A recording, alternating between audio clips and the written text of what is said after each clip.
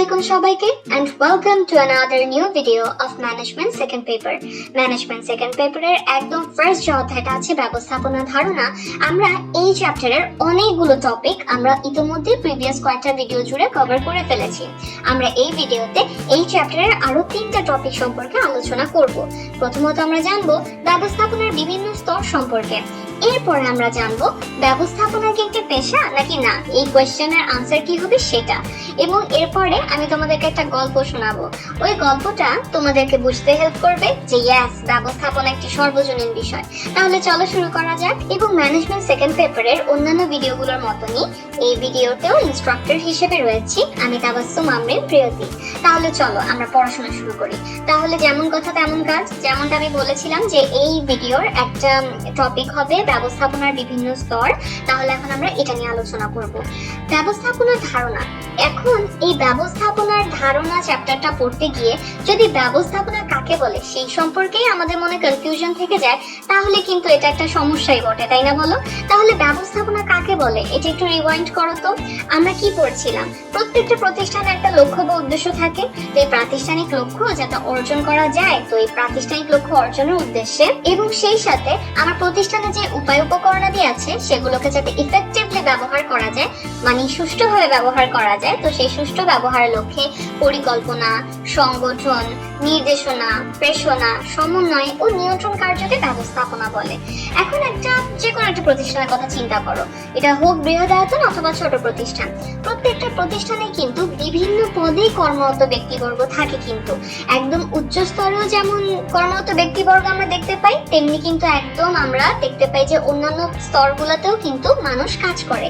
এখন প্রতিষ্ঠানে উচ্চ স্তর হোক, মধ্যস্তর হোক, নিম্ন স্তর হোক, 3 স্তরেই কিন্তু মানে যে কোনো স্তরের কথাই বলি না কেন, সেখানে কিন্তু ব্যবস্থাপনার উপস্থিতি কিন্তু থাকবেই। কোনো একটা মাত্র স্তরে কিন্তু ব্যবস্থাপনার কাজগুলো সীমাবদ্ধ না। তো ব্যবস্থাপনা স্তর সমূহে এখন আমরা জানবো। প্রথমত আমরা জানবো উচ্চ পর্যায়ের ব্যবস্থাপনা, এটা হচ্ছে একটা ব্যবস্থাপনার স্তর। এখন উচ্চ পর্যায়ের ব্যবস্থাপনা কাকে বলে? প্রতিষ্ঠানের শীর্ষ পর্যায়ে নির্বাহীদের সমন্বয়ে গড়ে ওঠা ব্যবস্থাপনাকে উচ্চ পর্যায়ের ব্যবস্থাপনা বলে। অর্থাৎ বলেছি না, বিভিন্ন পদে কিন্তু কর্মরত ব্যক্তিবর্গ আছে প্রতিষ্ঠানে। এখন প্রতিষ্ঠানে একদম শীর্ষ পর্যায়ে যারা নির্বাহীগণ থাকেন তাদের সমন্বয়ে গড়ে ওঠা ব্যবস্থাপনাকেই বলা হয় উচ্চ পর্যায়ের ব্যবস্থাপনা। এখন তারা বেসিক্যালি কোন ধরনের কাজে লিপ্ত থাকে, প্রতিষ্ঠানের উদ্দেশ্য কি হবে এবং নীতি কি হবে সেগুলো নির্ধারণ করা, সেই সাথে দীর্ঘমেয়াদী লক্ষ্য কি হবে, কি কি কৌশল অবলম্বন করতে হবে প্রতিষ্ঠানকে, আবার সেই সাথে পরিকল্পনা প্রণয়নের সঙ্গেও কিন্তু এই ধরনের ব্যবস্থাপনা জড়িত।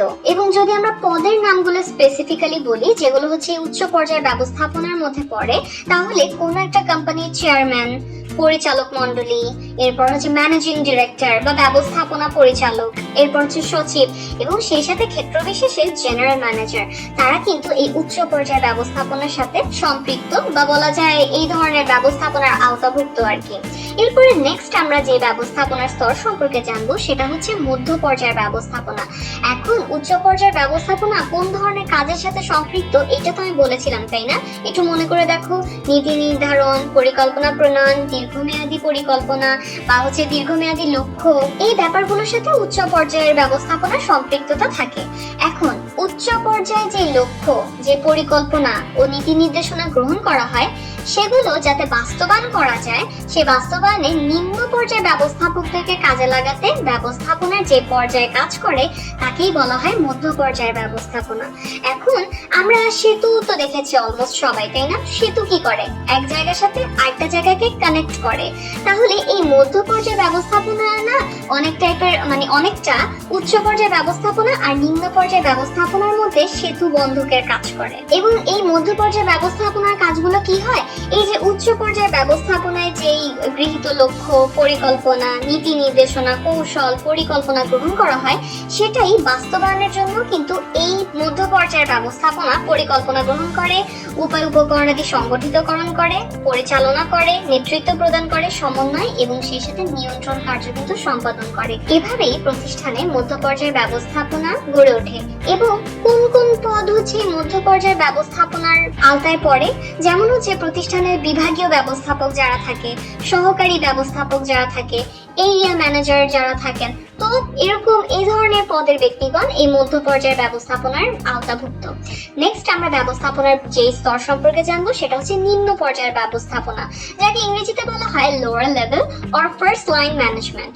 এখন মধ্য পর্যায়ের ব্যবস্থাপনা যদি আমরা মনে করে দেখি, তাহলে এই পর্যায়ের ব্যবস্থাপনায় কিন্তু উচ্চ পর্যায়ের ব্যবস্থাপনা দ্বারা যে গৃহীত পরিকল্পনাগুলো থাকে, নীতি কৌশলগুলো থাকে, সেগুলো যাতে বাস্তবায়ন করা যায়, এই জন্য কিন্তু মধ্য পর্যায়ের ব্যবস্থাপনা কি করে, ওই রিলেটেড পরিকল্পনা করে, তারপরে হচ্ছে সব ব্যবস্থাপনার বাকি কাজগুলো করে থাকে। এখন মধ্য পর্যায়ের ব্যবস্থাপনা কর্তৃক যে গৃহীত পরিকল্পনা আছে এবং নীতি কৌশল আছে, সেগুলো যাতে মাঠ পর্যায়ে বাস্তবায়ন করা যায়, তো মাঠ পর্যায়ে বাস্তবায়নের দায়িত্বপ্রাপ্ত ব্যবস্থাপনাকেই বলা হয় নিম্ন পর্যায়ের ব্যবস্থাপনা। ওকে, তাহলে উচ্চ পর্যায়ের ব্যবস্থাপনা কর্তৃক গৃহীত পরিকল্পনা যেন বাস্তবায়ন করা যায়, মধ্য পর্যায়ের ব্যবস্থাপনা কি করে, সেই বাস্তবায়নের জন্য নিম্ন পর্যায়ের ব্যবস্থাপনাকে কাজে লাগানোর চেষ্টা করে। এবং নিম্ন পর্যায়ের ব্যবস্থাপনা কি করে, মধ্য পর্যায়ের ব্যবস্থাপনা যে পরিকল্পনা গ্রহণ করে সেগুলোকে মাঠ পর্যায়ে বাস্তবায়ন যাতে করা যায় সেই জন্য কর্মরত থাকে। এখন নিম্ন পর্যায়ের ব্যবস্থাপনার কথা যদি আমি আরেকটু বলি, তাহলে এই পর্যায়ের একদম উপরে থাকে কি মধ্য পর্যায়ের ব্যবস্থাপকগণ, এবং নিচের দিকে থাকে হচ্ছে ব্যবস্থাপনার সঙ্গে যারা সংশ্লিষ্ট নয়, সোজা বাংলায় শ্রমিকরা যারা থাকে, যারা ব্যবস্থাপনার কাজের সাথে সংশ্লিষ্ট নয়। এখন আমরা যদি প্রতিষ্ঠানের কথা চিন্তা করি, এখানে তো উচ্চ স্তর আছে, মধ্য স্তর আছে, নিম্ন স্তর আছে। এখন প্রতিষ্ঠানে একদম নিচের স্তর থেকে যদি আমি চিন্তা করি, তাহলে একদম প্রথম সারির ব্যবস্থাপকরাই হচ্ছে এই নিম্ন পর্যায়ের ব্যবস্থাপনার আওতাভুক্ত। এন্ড ইয়েস, এই পর্যায়ে কিন্তু তত্ত্বাবধান পর্যায় নামেও কিন্তু পরিচিত। তাহলে এই তো গেল ব্যবস্থাপনার বিভিন্ন স্তর। এখন একটা চিত্রের মাধ্যমে যদি আমি তোমাদেরকে দেখাই তাহলে আরেকটু ক্লিয়ার হবে। ও হ্যাঁ, আরেকটা কথা বলতে হবে যে নিম্ন পর্যায়ে ব্যবস্থাপনার মধ্যে কারা থাকে, এটা যদি আমি একদম স্পেসিফিক্যালি পদগুলোর নাম বলি, তাহলে দেখো প্রতিষ্ঠানে ফোরম্যান, সুপারভাইজার যারা থাকে তারা হচ্ছে এই নিম্ন পর্যায়ে ব্যবস্থাপনার আওতাভুক্ত। তাহলে দেখো উচ্চ পর্যায়ে ব্যবস্থাপনার মধ্যে কারা কারা আওতাভুক্ত, প্রতিষ্ঠানের চেয়ারম্যান, পরিচালনা পর্ষদ, ব্যবস্থাপনা পরিচালক, মহাব্যবস্থাপক তারা। এবং মধ্য পর্যায়ে ব্যবস্থাপনার আওতাভুক্ত হচ্ছে বিভাগীয় ব্যবস্থাপক যারা থাকে প্রতিষ্ঠানে, সহকারী ব্যবস্থাপক যারা থাকে, এরিয়া ম্যানেজার প্রমুখ ব্যক্তিবর্গ। এবং নিম্ন পর্যায়ে ব্যবস্থাপনার সাথে সম্পৃক্ত থাকেন ফোরম্যান, সুপারভাইজার ইত্যাদি পদের মানুষজন। তাহলে আমি একটা কথা বলেছিলাম যে নিম্ন পর্যায়ে ব্যবস্থাপনা আওতাভুক্ত কারা, তো ওখানে আমি বলেছিলাম যে একদম প্রতিষ্ঠান নিচের দিক থেকে উপরের দিকে যদি চিন্তা করি, তাহলে একদম প্রথম সারির ব্যবস্থাপকগণই হচ্ছেন যে এই নিম্ন পর্যায়ের ব্যবস্থাপনার আওতাভুক্ত। তাহলে এইটা এই চিত্রের মাধ্যমে কিন্তু দেখা যায়। দেখো যে আমি যদি প্রতিষ্ঠানের নিচের দিক থেকে চিন্তা করি, তাহলে একদম ফার্স্টে তাহলে কোন পদের লোকজন আসে, ফোরম্যান, সুপারভাইজার প্রমুখ ব্যক্তিবর্গ, তাহলে তারাই কিন্তু এই নিম্ন পর্যায়ের ব্যবস্থাপনার আওতাভুক্ত। আশা করি ব্যবস্থাপনার বিভিন্ন স্তর সম্পর্কে, বিভিন্ন স্তরের কর্মরত মানুষ সম্পর্কে আমি তোমাদেরকে একটা ধারণা দিতে পেরেছি। এখন এখানে আরো কিছু কথা আছে যে আমি যদি ব্যবস্থাপনার কাজকে প্রকৃতিগতভাবে চিন্তা করা আর কাজ করা এই দুইটা ভাগে ভাগ করি, তাহলে দেখা যাবে কি উচ্চ পর্যায়ের ব্যবস্থাপনা কিন্তু বেশি জড়িত মানে চিন্তা রিলেটেড যে কাজগুলো আছে আর কি, অর্থাৎ হচ্ছে প্রকৃতিগতভাবে চিন্তা করা এবং কাজ করা, এই দুইটা ভাগে যদি আমি ব্যবস্থাপনার কাজকে ভাগ করি, তাহলে কিন্তু চিন্তা করার কাজটা বা অধিক মাত্রায় চিন্তনীয় কাজ কিন্তু এই উচ্চ পর্যায়ের ব্যবস্থাপনার আওতাভুক্ত ব্যক্তিবর্গই করে থাকেন। এবং নিম্ন পর্যায়ের ব্যবস্থাপনা হচ্ছে অধিক মাত্রায় জড়িত থাকেন সরাসরি কাজ করা তত্ত্বাবধানের সাথে। ওকে, আর মধ্য পর্যায়ের ব্যবস্থাপনার আওতাভুক্ত মানুষরা কি করে, তার ব্যক্তিবর্গরা কি করে, তারা হচ্ছে মোটামুটি ভাবে চিন্তা করার কাজটাও করেন, মানে চিন্তনীয় কাজগুলো তাদের করা লাগে। আবার সেই সাথে নিম্ন পর্যায়ের ব্যবস্থাপনার আওতাভুক্ত ব্যক্তিরা যেরকম সরাসরি কাজ তত্ত্বাবধানের সাথে বেশি জড়িত থাকেন, মধ্য পর্যায়ের ব্যবস্থাপনায় কিন্তু ওই রিলেটেড কাজও মোটামুটি ভাবে তাদের দেখাই লাগে। অর্থাৎ উচ্চ পর্যায়ের ব্যবস্থাপনার আওতাভুক্ত মানুষজন অধিক চিন্তনীয় কাজের সাথে জড়িত থাকেন, নিম্ন পর্যায়ের ব্যবস্থাপনার আওতাভুক্ত মানুষজন হচ্ছে তারা হচ্ছে যে অধিক মাত্রায় জড়িত থাকেন সরাসরি কাজ তত্ত্বাবধানের কাজের সাথে, আর মধ্য পর্যায়ের ব্যবস্থাপনা আওতাভুক্ত জড়িত থাকেন এই দুই ধরনের কাজে, অর্থাৎ চিন্তা করা, কাজ করা, দুই ধরনের কাজই তাদের মোটামুটি ভাবে দেখা লাগে, দুই ধরনের কাজই তাদের কার্যক্রমের মধ্যে উপস্থিত থাকে। তাহলে এই তো গেল আমাদের একটা টপিক, ব্যবস্থাপনার বিভিন্ন স্তর। এখন আমরা সেকেন্ড টপিকটা শুরু করার আগে আমরা একটা কোয়েশ্চেনের আনসার দেওয়ার চেষ্টা করব। অর্থাৎ আমি যে এতক্ষণ ধরে ডিসকাস করলাম যে ব্যবস্থাপনার বিভিন্ন স্তর সম্পর্কে, এইটা রিলেটেড একটা কোয়েশ্চেন আছে, দেখি তো কয়জন পারে এটার অ্যান্সারটা দিতে। কোয়েশ্চেনটা হচ্ছে কোনো কোম্পানির চেয়ারম্যান, ঠিক আছে, তিনি ব্যবস্থাপনার কোন পর্যায়ে আওতাভুক্ত? তিনি কি উচ্চ পর্যায়ের ব্যবস্থাপনার সাথে সম্পৃক্ত, তিনি কি মধ্য পর্যায়ের ব্যবস্থাপনার সাথে সম্পৃক্ত, নাকি তিনি নিম্ন পর্যায়ের ব্যবস্থাপনার সাথে সম্পৃক্ত? একটু আগে আমি পড়ালাম যে কোন পদের মানুষজন কোন ধরনের ব্যবস্থাপনা বা কোন পর্যায়ের ব্যবস্থাপনা বা কোন স্তরের ব্যবস্থাপনার সাথে জড়িত, সেই জিনিসটা যদি তোমরা মনে করো তাহলে এই কোশ্চেনের আনসারটা কিন্তু অনেক সোজা। তাহলে যাদের মনে হচ্ছে যে কোন একজন কোম্পানির চেয়ারম্যান তিনি হচ্ছেন যে উচ্চ পর্যায়ের ব্যবস্থাপনার আওতাভুক্ত, কংগ্রেচুলেশনস, অ্যানসারটা কারেক্ট। তাহলে এই তো গেল আমাদের একটা টপিক। এখন নেক্সট আমরা একটা কোয়েশ্চেন আনসার জানবো, ব্যবস্থাপনা কি একটি পেশা নাকি না সেটা। আচ্ছা, ব্যবস্থাপনা কি একটি পেশা, এই জিনিসটা যদি জানতে হয় তাহলে কিন্তু আমার এটাও জানা দরকার যে পেশা কাকে বলে। এখন আমাদের সমাজের কথা যদি আমরা চিন্তা করি তাহলে পেশার ডেফিনেশনটা নিয়ে বা প্রফেশন বেসিক্যালি কাকে বলে এই ব্যাপারটা নিয়ে কিন্তু অনেক ধরনের মতবিরোধ দেখা যায়, এবং এইটা নিয়েও মতবিরোধ দেখা যায়, আবার সেই সাথে এটাও একটা কনফিউশন সৃষ্টি করে যে ব্যবস্থাপনা কি আদৌ একটা পেশা কি না। কিন্তু হ্যাঁ, যদি একদম ডিরেক্ট অ্যান্সার দেই তাহলে অ্যান্সারটা হবে কি নো, ব্যবস্থাপনা এখনো পূর্ণাঙ্গ পেশা হয়নি, পূর্ণাঙ্গ পেশা হিসেবে গণ্য নয় এটি। এখন আমরা জানবো পেশা কাকে বলে, এইটা আরেকটু ব্রডলি জানবো আমরা। এখন পেশা কাকে বলে এটা যদি একটা সংজ্ঞা আমি দেই তাহলে এটা হচ্ছে যে বিশেষায়িত জ্ঞান সম্বলিত কোনো কাজ বা বৃত্তিকে সাধারণ অর্থে পেশা বলে। এখন এই লাইনটার অর্থ কি একটু এক্সপ্লেন করি। এখন এই বিশেষায়িত জ্ঞান বলতে কি বোঝায় জানো? বিশেষায়িত জ্ঞান বলতে বোঝায় কি কোনো একটা নির্দিষ্ট ক্ষেত্রে ওই ক্ষেত্র সংশ্লিষ্ট ব্যবহারিক এবং তাত্ত্বিক জ্ঞান থাকাকেই বোঝায়। একটু এক্সপ্লেন করি এবং একজন মানুষের হেল্প নেই এটাতে। সেই মানুষটা হচ্ছে একজন কৃষক। একজন কৃষকের কথা চিন্তা করো, তিনি কিন্তু কৃষিকাজ করতে করতে তার এই কাজটায় পারদর্শী হয়ে ওঠেন, কিন্তু কৃষিকাজ রিলেটেড কোনো তাত্ত্বিক জ্ঞান কিন্তু তার থাকে না। সো একজন কৃষককে কিন্তু আমরা পেশার মানদণ্ডে ফেলতে পারবো না। কিন্তু একজন কৃষি বিশ্ববিদ্যালয় থেকে পাশ করা গ্র্যাজুয়েট, তার কিন্তু কৃষি বিষয়ে থিওরিটিক্যাল নলেজ থাকে, তাত্ত্বিক জ্ঞান থাকে, কিন্তু আবার সেই সাথে যে ব্যবহারিক জ্ঞানটা সেটাও কিন্তু সে তার পড়াশোনা চলাকালে ট্রেনিং পেয়ে থাকে। তার মানে একজন কৃষি বিশ্ববিদ্যালয় থেকে পাশ করা গ্র্যাজুয়েট, তার কিন্তু কৃষি বিষয়ে তাত্ত্বিক জ্ঞান যেমন থাকে ব্যবহারিক জ্ঞানও কিন্তু সেরকম থাকে।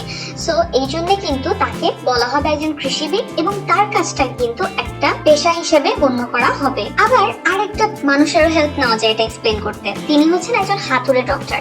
এখন হাতুড়ে ডক্টরকে অনেকেই বলে থাকেন ডক্টর গ্রামে গঞ্জে, বাট তার যদি ডাক্তারি বিদ্যার উপর কোন ধরনের থিওরিটিক্যাল নলেজ না থেকে থাকে, তাত্ত্বিক জ্ঞান না থেকে থাকে, বা কোনো ডিগ্রি না থেকে থাকে, তাহলে কিন্তু তার কাজটাকে পেশা বলা যাবে না। সো যদি পেশা হতে হয় তাহলে নির্দিষ্ট ক্ষেত্রে অবশ্যই ওই ক্ষেত্র সংশ্লিষ্ট তাত্ত্বিক এবং ব্যবহারিক জ্ঞান থাকতে হবে। এখন পেশা রিলেটেড আরো কিছু ইনফরমেশন দেই তোমাদেরকে। এই যে পেশার কথা বলছি, একজন কৃষিবিদ, একজন ডাক্তার, যাদের হচ্ছে তাদের ক্ষেত্র সংশ্লিষ্ট তাত্ত্বিক জ্ঞান এবং ব্যবহারিক জ্ঞান রয়েছে, এরূপ ব্যক্তিবর্গের কিন্তু অবশ্যই রাষ্ট্র স্বীকৃত সংঘ বা সমিতি রয়েছে, এবং তাদের কিন্তু ওই সংঘ বা সমিতির সদস্যপদ গ্রহণ করতে হয়, এবং অবশ্যই পেশাগত আচরণবিধি এবং নিয়ম নির্দেশিকা, রুলস রেগুলেশন এগুলো থাকে, এবং যারা সদস্য থাকেন সেই রাষ্ট্র স্বীকৃত সংঘ বা সমিতির, তারা কিন্তু দায়বদ্ধ থাকেন, অর্থাৎ তাদেরকে সেই রুলস এন্ড রেগুলেশনস গুলো মানতেই হয়, এবং এরূপ জ্ঞান সমৃদ্ধ ব্যক্তিবর্গের কাজকেই পেশা হিসেবে ধরা হয়ে থাকে। এখন যদি আমি পেশার বৈশিষ্ট্যগুলো আরেকবার একটু ক্লিয়ার করি, আরেকটু সর্টেড ওয়েতে তোমাদেরকে বুঝাই, সাজানো অবস্থাতে বুঝাই, তাহলে দাঁড়ায় কি যে পেশা হচ্ছে সংশ্লিষ্ট বিষয়ে একটা সুস্পষ্ট বিশেষায়িত জ্ঞান, অর্থাৎ সংশ্লিষ্ট বিষয় সংশ্লিষ্ট ক্ষেত্রে তাত্ত্বিক জ্ঞান এবং ব্যবহারিক জ্ঞান থাকতে হবে যদি পেশা হতে হয় কোনো কাজকে। নেক্সট হচ্ছে ওই পেশাগত বিষয়টা দেখার জন্য অবশ্যই রাষ্ট্র স্বীকৃত প্রতিনিধিমূলক সংঘ বা সংস্থা থেকে থাকে, এবং ওই যে সংঘ বা সংস্থা থেকে থাকে বললাম, তো ওই সংস্থা বা সংঘ এর সদস্যপদ লাভ করতে হয় কিন্তু পেশার প্রমাণ হিসেবে।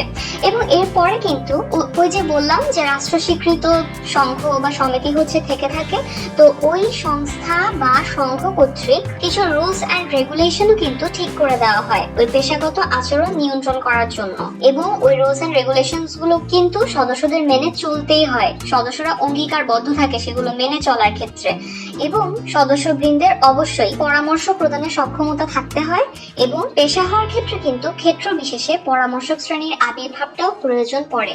এখন আসা যাক আমাদের মেইন পয়েন্টটায়, যে ব্যবস্থাপনাকে আমরা কেন একটা পেশা হিসেবে গণ্য করব না। তো এখন দেখা যায় কি যে পেশার যতগুলো বৈশিষ্ট্য এতক্ষণ ধরে বললাম, এই সবগুলো বৈশিষ্ট্য ব্যবস্থাপনার মধ্যে এখন পর্যন্ত আসেনি, কিন্তু এই কথাটাও আমরা ডিনাই করতে পারবো না, বা এই কথাটাও কিন্তু আমরা অস্বীকার করতে পারি না যে হ্যাঁ, পেশার কয়টা বৈশিষ্ট্যের সাথে ব্যবস্থাপনার কিন্তু মিল রয়েছে, অর্থাৎ কিছু কিছু বৈশিষ্ট্য কিন্তু সামঞ্জস্যপূর্ণ। যেমন এই 3টা পয়েন্ট যেগুলো এখন দেওয়া আছে, যে সুসংগত জ্ঞানের প্রসার, বিভিন্ন ব্যবস্থাপনা সংঘ সংস্থা প্রতিষ্ঠা এবং ব্যবস্থাপকীয় পরামর্শ শ্রেণীর আবির্ভাব। তো এই পয়েন্টগুলো একটু এক্সপ্লেইন করি যে কিভাবে পেশার এই বৈশিষ্ট্যগুলোর সাথে ব্যবস্থাপনা সামঞ্জস্যপূর্ণ। প্রথমে আসি সুসংগত জ্ঞানের প্রসার। এটা মানে কি, আমরা আমাদের ডেইলি লাইফের কথা যদি চিন্তা করি, আমরা কিন্তু প্রায়শই আমার মানুষ আশেপাশে দেখি, তাই না, যে যারা হচ্ছে ম্যানেজমেন্টে বিবিএ এমবিএ কমপ্লিট করছে। তো বর্তমানে কিন্তু এই ব্যবস্থাপনা জ্ঞানের ব্যাপক প্রসার অলরেডি কিন্তু ঘটেছে এবং আরো বেশি ঘটছে। যেমন হচ্ছে বিবিএ এমবিএ করছে অনেকে, অর্থাৎ স্নাতকোত্তর পর্যায়ে কিন্তু এই বিষয়ে কিন্তু শিক্ষার্থীদেরকে সার্টিফিকেট দেওয়া হচ্ছে। আবার অনেক প্রতিষ্ঠান কিন্তু এই যে ম্যানেজমেন্ট বিষয়ে ডিপ্লোমা কোর্সও প্রদান করছে। আবার গবেষণা কর্ম তো চলছেই। তো এভাবে কিন্তু ব্যবস্থাপনা একটা গুরুত্বপূর্ণ বিষয় হিসেবে কিন্তু বর্তমানে অলরেডি অনেক জনপ্রিয় হয়ে উঠেছে এবং পেশার একটা বৈশিষ্ট্য যে সুসংগত জ্ঞানের প্রসার, এটা কিন্তু ব্যবস্থাপনার ক্ষেত্রে বর্তমানে দেখাই যায়। নেক্সট হচ্ছে বিভিন্ন ব্যবস্থাপনা সংঘ ও সংস্থা প্রতিষ্ঠা। আমরা পড়েছি না পেশার বৈশিষ্ট্যে যে একটা রাষ্ট্র স্বীকৃত সংঘ বা সংস্থা প্রতিষ্ঠা হতে হয়। এখন ম্যানেজমেন্টের কথায় যদি আমরা আসি, তাহলে কিন্তু উন্নত দেশগুলো যেগুলো আছে ওগুলোতে কিন্তু এই ব্যবস্থাপনা বিষয়ে বিভিন্ন সংঘ বা সংস্থা কিন্তু প্রতিষ্ঠা লাভ করছে। কয়েকটা এক্সাম্পল যদি দেই, যে আমেরিকান ব্যাংকার্স অ্যাসোসিয়েশন, দেন হচ্ছে যুক্তরাষ্ট্রের আমেরিকান ম্যানেজমেন্ট অ্যাসোসিয়েশন, এই ধরনের কিন্তু কিছু সংঘ ও সংস্থা প্রতিষ্ঠা লাভ করেছে। এবং এখানে কিন্তু সবাই সদস্য পদ লাভ করতে পারে না, এখানে কিন্তু শুধুমাত্র ব্যবস্থাপক বা নির্বাহীগণরাই কিন্তু এই ধরনের সংঘ বা সংস্থাগুলোতে হচ্ছে যে তোমার সদস্য হতে পারে। সো বুঝাই যাচ্ছে যে পেশার এই বৈশিষ্ট্যটা কিন্তু এই ব্যবস্থাপনার মধ্যে আছে। নেক্সট হচ্ছে ব্যবস্থাপকীয় পরামর্শক শ্রেণীর আবির্ভাব। এটা মানে কি, এখন দেখো শিল্পোন্নত যে দেশগুলো আছে ওই দেশগুলোতে না ব্যবস্থাপনার ক্ষেত্রে পরামর্শক সংস্থা এবং কনসালটেন্টস তাদের কিন্তু সংখ্যা বৃদ্ধি পাচ্ছে, বিশেষজ্ঞ ব্যক্তির সংখ্যা কিন্তু বৃদ্ধি পাচ্ছে। এই ক্ষেত্রে এই ধরনের কিছু সম্মানিত ব্যক্তিবর্গ যারা হচ্ছেন বিভিন্ন প্রতিষ্ঠানে শীর্ষ নির্বাহী পদে তারা কাজ করতেন, এখন হয়তো বা অবসর গ্রহণ করেছেন। আবার ইউনিভার্সিটিতে অনেক প্রফেসর যারা অনেকেই কিন্তু এখন বর্তমানে ব্যবস্থাপকীয় পরামর্শক হিসেবে কিন্তু কাজ করছেন। এবং এই যে ব্যবস্থাপকীয় পরামর্শক শ্রেণীর আবির্ভাব ঘটছে, এর ফলে কিন্তু ব্যবস্থাপনা সংক্রান্ত জ্ঞানেরই মর্যাদা বৃদ্ধি পাচ্ছে এবং জ্ঞানেরই মর্যাদা তুলে ধরা হচ্ছে এর মাধ্যমে ব্যবস্থাপনার। তো এইভাবে হচ্ছে কয়েকটা বৈশিষ্ট্য কিন্তু দেখা যায় যে পেশার বৈশিষ্ট্যের সাথে মিলে যাচ্ছে ব্যবস্থাপনার। বাট স্টিল ডাক্তারি বা হচ্ছে কৃষিবিদ এই ধরনের পেশার মতো ব্যবস্থাপনা এখনো সেরকম পেশা হিসেবে গড়ে ওঠেনি। বাট যেহেতু ম্যানেজমেন্ট এত ইম্পর্টেন্ট একটা বিষয়, এখন এই যতই দিন যাচ্ছে ততই মানুষের ইম্পর্টেন্সটা বুঝতে পারছে। সো একটা আশা আমরা রাখতেই পারি যে ব্যবস্থাপনা এক সময় একটা পেশার মর্যাদা লাভ করতে সমর্থ হবে। তাহলে বোঝা গেল যে ব্যবস্থাপনা কি একটি পেশা নাকি না? না, ব্যবস্থাপনা পেশা না। পরবর্তীতে আমরা জানলাম যে পেশা হতে হলে কিছু বৈশিষ্ট্য থাকা লাগে। সব বৈশিষ্ট্য ব্যবস্থাপনার মধ্যে নেই, বাট কিছু বৈশিষ্ট্য পেশার সাথে সামঞ্জস্যপূর্ণ। সেগুলো কি সেটাও এক্সপ্লেন করে দিলাম। আশা করি এই টপিকটা নিয়ে তোমাদের আর কোনো প্রবলেম হবে না। এখন একটা গল্প শুনবো, গল্পটা শোনার মাধ্যমে আমরা জানবো যে ব্যবস্থাপনা যে একটা সর্বজনীন বিষয়, সেই বিষয়। এখন এই যে বলছি সর্বজনীন বিষয়ে ব্যবস্থাপনার সর্বজনীনতা কাকে বলে? ব্যবস্থাপনার সর্বজনীনতা বলতে সকল ক্ষেত্রে, হোক সেটা বৃহদায়তন প্রতিষ্ঠান, হোক সেটা একটা ছোট প্রতিষ্ঠান, ইভেন সেটা পরিবারই হোক না কেন, সব ধরনের সকল ক্ষেত্রে কিন্তু ব্যবস্থাপনা আবশ্যকতা বা ব্যবস্থাপনা জ্ঞানের প্রয়োগযোগ্যতাকে বোঝানো হয়ে থাকে ব্যবস্থাপনার সর্বজনীনতা বলতে। প্রত্যেকটা প্রতিষ্ঠান, আমরা যদি আমাদের স্কুল কলেজের কথা চিন্তা করি, আমরা যদি হাসপাতালের কথা চিন্তা করি, আমরা যদি বৃহদায়তন প্রতিষ্ঠানের কথা চিন্তা করি, প্রত্যেকটা প্রতিষ্ঠানেই কিন্তু ব্যবস্থাপনার কাজগুলো করা দরকার পড়ে। এবং যদি একটা ভালো প্ল্যানিং তৈরি করে ব্যবস্থাপনার কাজগুলো ঠিকভাবে করা হয়, তখনই কিন্তু প্রতিষ্ঠান তার লক্ষ্য বা উদ্দেশ্য অর্জন করতে পারে। এখন চলে আসা যাক সক্রেটিসের স্টোরিটায়। আচ্ছা, স্টোরিটা হচ্ছে অনেকটা এরকম যে গ্রিক দার্শনিক সক্রেটিস তিনি একবার তার ছাত্র এবং ভক্তদের আসরে আলোচনার প্রসঙ্গে একটা কথা বলেছিলেন সাবান কারখানার একজন দক্ষ ম্যানেজারকে যদি সেনাধ্যক্ষ বা সামরিক সচিবের দায়িত্ব দেওয়া হয়, তাহলে ওই যে সাবান কারখানার দক্ষ ম্যানেজার তিনি সেটা দক্ষতার সাথে পালন করতে পারবে। তো এখন যে কাহিনীটা হয়েছিল ওখানে, যে গ্রিক সভ্যতার কালে ওই টাইমটায় সৈন্যদের অনেক প্রভাব ছিল। তো সেনা কর্মকর্তা যারা ছিলেন তারা হচ্ছে সক্রেটিসের এই বক্তব্যটা অপমানজনক মনে করলেন। কারণ হচ্ছে যে সাবান কারখানার কথা যে তিনি বলছেন সক্রেটিস, তো সাবান কারখানার প্রভাবটা ততটা ব্যাপক ছিল না। তো এটা কেন তুলনা করা হলো এই জিনিসটা নিয়ে তাদের কাছে এই ব্যাপারটাই অপমানজনকই মনে হয়েছিল, এবং তারা কোনোভাবেই মেনে নিতে পারছিলেন না যে মানে যেখানে সেনাদের এত প্রভাব ওই জায়গায় সাবান কারখানার ম্যানেজারের সাথে তাদের যে তুলনাটা করা হয়েছে সেই জিনিসটা না তারা কোনোভাবেই মানতে পারছিলেন না। তো সক্রেটিসের এই বক্তব্যটা নিয়ে রাজার দরবারে কমপ্লেন করা হলো। তো রাজা সক্রেটিসকে ডাকলেন এবং ডেকে জিজ্ঞাসা করলেন যে তিনি কেন এই বক্তব্যটা দিলেন।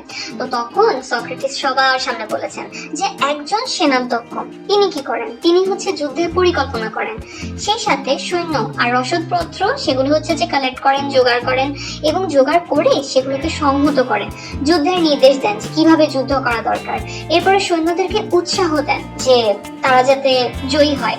এরপরে যুদ্ধ শেষে জয় পরাজয় নিয়েও কিন্তু তিনি চিন্তা ভাবনা করেন, হিসাব করেন যে কোনো ভুল ভ্রান্তি যদি হয়ে থাকে তাহলে এটা কেন হয়েছে, এই বিষয়গুলো সংশোধন করেও কিন্তু তিনি পরবর্তী পদক্ষেপটা নিয়ে থাকেন, সেনাধ্যক্ষ যিনি থাকেন। আবার একজন সাবান কারখানার ম্যানেজার তিনি কি করেন, এই যে সাবান উৎপাদনের পরিকল্পনা গ্রহণ করেন, এরপরে এই সাবান উৎপাদন করতে প্রয়োজনীয় কাঁচামাল কতটুকু দরকার, জনশক্তি কতটুকু দরকার, এই জিনিসগুলো তিনি কালেক্ট করেন।